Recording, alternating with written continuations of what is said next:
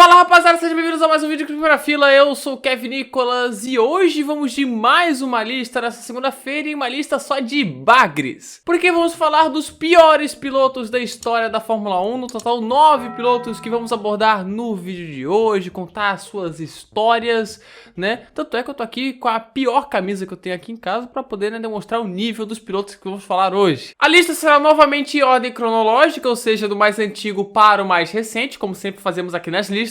A maioria aqui vão ser pilotos pay drivers, né, pilotos pagantes, o que não é nenhuma surpresa. E se você achar que outros pilotos deveriam fazer parte dessa lista, coloca aqui nos comentários. Mas antes, algumas menções honrosas para os pilotos que ficaram fora da lista, mas que também são ruins. Adrian Campos, o piloto que só completou 2 dos 21 GPs que ele disputou. Sim, ele só completou 2 de 21. Giovanna Amati, a última mulher a participar de GP de Fórmula 1, que era bem lenta, né, não tem muito o que falar além disso, né, ficou pouco tempo e é isso. Alpine, o homem que foi desclassificado por andar lento demais, mas também tem o fato do carro ser uma carroça, ser muito mais lento que os demais, então é difícil até fazer uma avaliação. Luca Badoer, que vocês devem conhecer, é o piloto com mais corridas sem nunca ter pontuado, e quando ele pilotou a Ferrari lá em 2009 foi um completo desastre, mas ele não é pior que outros pilotos dessa lista. E por fim, David Walker, companheiro de Emerson Fittipaldi de 72, onde o Emo foi campeão e o Walker não fez um ponto sequer. Sim, em uma das lotos mais absurdas dos anos 70. E ele não pontuou com aquele carro. E para finalizar, não se esqueçam, quarta-feira, 8 horas da noite, teremos aqui 2008, o destino final, então marque na sua agenda. E sem mais enrolações, já enrolei muito aqui, bora pro vídeo.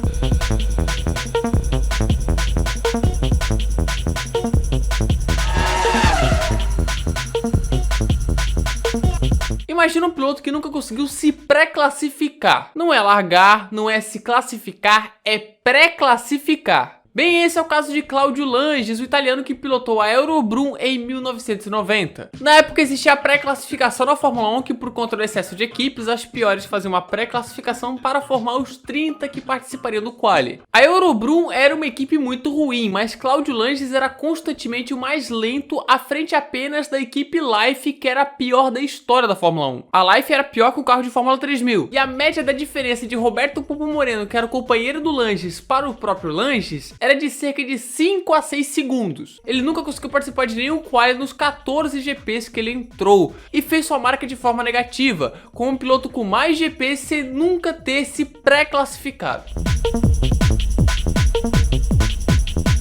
Esse daqui é sacanagem, Jean-Denis Delétraz, que era pay driver, né, piloto pagante, e foi disparado um dos piores, se não o pior dos anos 90 na Fórmula 1. E um dos piores que já pilotaram carro de Fórmula 1. Ele fez apenas 3 GPs, um em 94 pela Syntec e 2 em 95 pela Pacific. No GP da Austrália de 1994 ele chegou a ficar 10 voltas atrás do líder antes de abandonar. E em 95 no GP de Portugal ele ficou 12 segundos atrás do pole position e 7 atrás do companheiro de equipe Montermini. E em Nürburgring ele ficou 9 atrás do pole e 3 segundos atrás do companheiro. E foi na corrida em Nürburgring que ele espantou o lendário Murray Walker, que falou: "O que o Delétraz está fazendo?"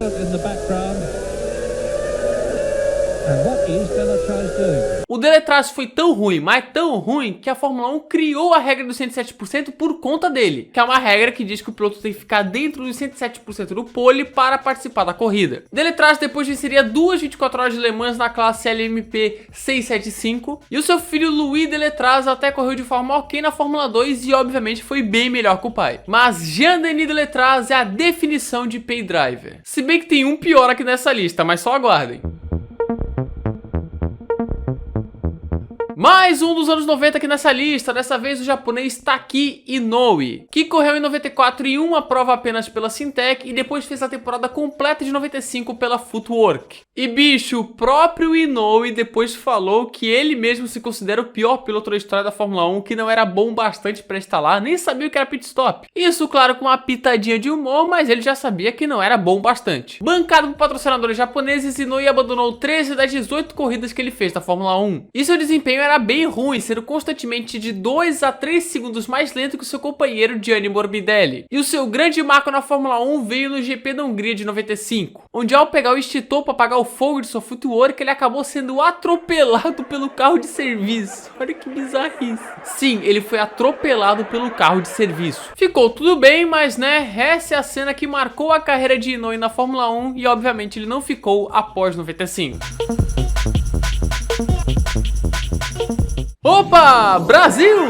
Ah, rapaz, tava faltando uma representatividade brasileira, né? Um orgulho brasileiro aqui na lista e ele veio com Ricardo Rossetti. O Brasil sempre teve pilotos muito bons na Fórmula 1, ou no mínimo pilotos decentes. Mas o Rossetti era muito ruim. Mas muito ruim. Piloto pagante como outros e vice-campeão da Fórmula 3000, Rossetti pegou uma vaga na Footwork em 96, onde ele tomou no quali 16-0 do Verstappen. E não é o Max que eu tô falando, é o Jos Verstappen, o pai do Max, que não era lá muito bom. Em 97 ele foi para a Mastercard de Lola, né, que foi um fracasso total, a equipe não conseguiu nem largar. E a sua última temporada foi em 1998 com a Tyrrell, onde ele fechou, ó, com chave de ouro. Em 5 das 16 corridas ele não conseguiu nem se classificar porque ficou fora dos 107%. Perdeu de 14-2 para o Tora Takagi, o Takagi. E em Mônaco ele fez essa belezura aí. Olha que maravilha. E na Bélgica, naquela largada caótica, ele foi o cara que chegou de pé embaixo acertando todo mundo. Ou seja, um completo maluco. Rossetti, então, para o bem da Fórmula 1, ficou fora da categoria após 98. Seguimos falando de um sul-americano, mas ao invés de um brasileiro, um argentino, Gastón Mazacane. Já numa era mais equilibrada da Fórmula 1, no caso dos anos 2000, mais precisamente 2000 e 2001, Mazacane ficava constantemente um segundo atrás de seu companheiro, que era Marc Gené em 2000, onde inclusive foi derrotado por 14-3 em qualis em 2000 pela Minardi. E em 2001, sabe sei lá como, ele conquistou uma vaguinha na Prost, onde teve Jean Alesi como companheiro. Aí eu não preciso falar nada, né? O Alesi trucidou ele. E após 4 corridas, Mazacane saiu da equipe Prost. E seus grandes momentos vieram em 2000. Primeiro com o Galvão ficando pistolaço com ele. Ele ficou ali atrás do Mazacane. Ele vai pra cima de Mazacane. Ele não quer perder tempo, ele quer aumentar a vantagem. Parabólica inteira atrás do Mazacane. Sai daí, Mazacane! Sai da frente, Mazacane! A verdade é que o Mazacane é ruim demais. O dinheiro dele vale para comprar um lugar ali na Minardi, porque ele é ruim demais. Olha só o Hakkinen tentando a ultrapassagem, perdendo tempo. É o Mazacane de novo? Não é possível. Será que ninguém explica para esse argentino? Que ou ele anda ou ele sai da frente. É ruim demais o Mazacane. Depois teve ele atropelando os mecânicos de Indianápolis, ultrapassando Mika Hakkinen de McLaren na chuva. Sim, isso aconteceu. Obrigado, Mika Hakkinen, alérgico à chuva por esse momento. E assim se encerrava a carreira do último argentino da Fórmula 1, que também foi o pior.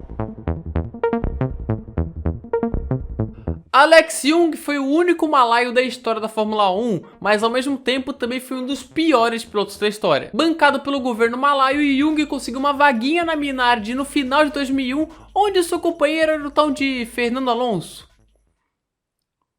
Como será que deve ter sido, hein? Bem, o Alonso venceu ele completamente, mas o Yoong seguiu para 2002, agora com uma temporada completa pela Minardi. E cara, em somente 2 de 18 GPs, ele não largou em último. Olha isso, o Yoong foi tão mal que após ficar 3 vezes fora dos 107%, ou seja, não se classificando para a corrida, a Minardi tirou ele de 2 corridas para que ele pudesse treinar. Sim, fazer testes para ele melhorar sua performance, porque a situação não estava boa. E no fim, após perder de 15-0 em quali para o Marco Webber, Yoong deixou a Fórmula 1 no final de 2002. Depois ele chegou a vencer corridas na 1GP, que eu já contei a história da categoria aqui, mas né, na Fórmula 1 foi um completo desastre. Tá aqui ele, que pra mim é o pior piloto que já pilotou um carro de Fórmula 1 em uma sessão oficial. Eu falo isso porque ele fez somente um treino livre, mas o suficiente para usufruirmos de seu talento. Estou falando do israelita Shanok Nissany, empresário e obviamente piloto que pagou pra Minardi dar um lugar pra ele no GP da Hungria de 2005. Ele que já tinha experiência testando a Jordan em 2004, foi um verdadeiro show de horrores no único treino livre que ele disputou, o TL1 da Hungria. Ele errava completamente completamente pontos de freada, apex, trajetórias, assim, era o terror. O melhor tempo dele foi 12 segundos pior que o primeiro colocado e 6 segundos pior que Christian Albers, o seu companheiro. E para fechar com chave de ouro, Nissany rodou na curva 4, ficou na brita em sua 9ª volta na pista e ele foi resgatado ainda dentro de sua Minardi porque ele não sabia tirar o volante. Meu Deus, cara. Foram 45 minutos de pura arte de Shanok Nissany na Minardi para nunca mais. E se você tá achando esse nome familiar, sim, ele é o pai de Roy Nissany, então a ruindade já é de família mesmo. Tá aqui ele, que para muitos é o pior piloto da história da Fórmula 1, que teve a proeza de ter sua super licença cassada, que fez 4 corridas de puro caos em 2006. Estou falando de Yuji Ide, o japonês que pilotou a Super Aguri naquele ano. Ele em 2005 tinha sido vice da conceituada Fórmula Nippon, fez uma boa carreira, uma carreira decente no Japão, até chegar na Fórmula 1 em 2006 para pilotar a estreante Super Aguri. A Super Aguri era uma equipe de baixo orçamento, estou fazendo aqui a defesa do Ide, o carro era uma Erros de 2002 adaptada, então era muito desconfortável de pilotar, mas ainda assim foi um desastre completo por conta do Ide. Na sua estreia no Bahrein ele ficou 3 segundos atrás do companheiro Takuma Sato. Em um dos treinos a mão dele foi arremessada pelo volante na curva 10. Sim, ele estava batalhando contra o carro e estava perdendo. Na Malásia ele foi um pouco melhor, mas ainda assim estava a 1.7 do Sato. E após 2 abandonos por problemas, ele chegou na Austrália, onde foi pior. Nos treinos ele errou diversas vezes, mas muitas mesmo. A onboard dele era algo bizarro, era tipo o Nissany errando todas as trajetórias, enfim. Ide ficou 4 segundos atrás do Sato no quali, e na corrida, apesar de ter completado ela, ele tomou volta do próprio Sato. E por fim a consagração viria em Imola, onde ele capotou o Albers na volta inicial e ali se encerrava a carreira dele na Fórmula 1, onde a FIA cassou a sua superlicença por ele ser perigoso demais e ele nunca mais pôde voltar para a categoria. Foram apenas 4 corridas, mas Yuji Ide ficou marcado na história da Fórmula 1 de forma negativa, ou positiva dependendo do ponto de vista.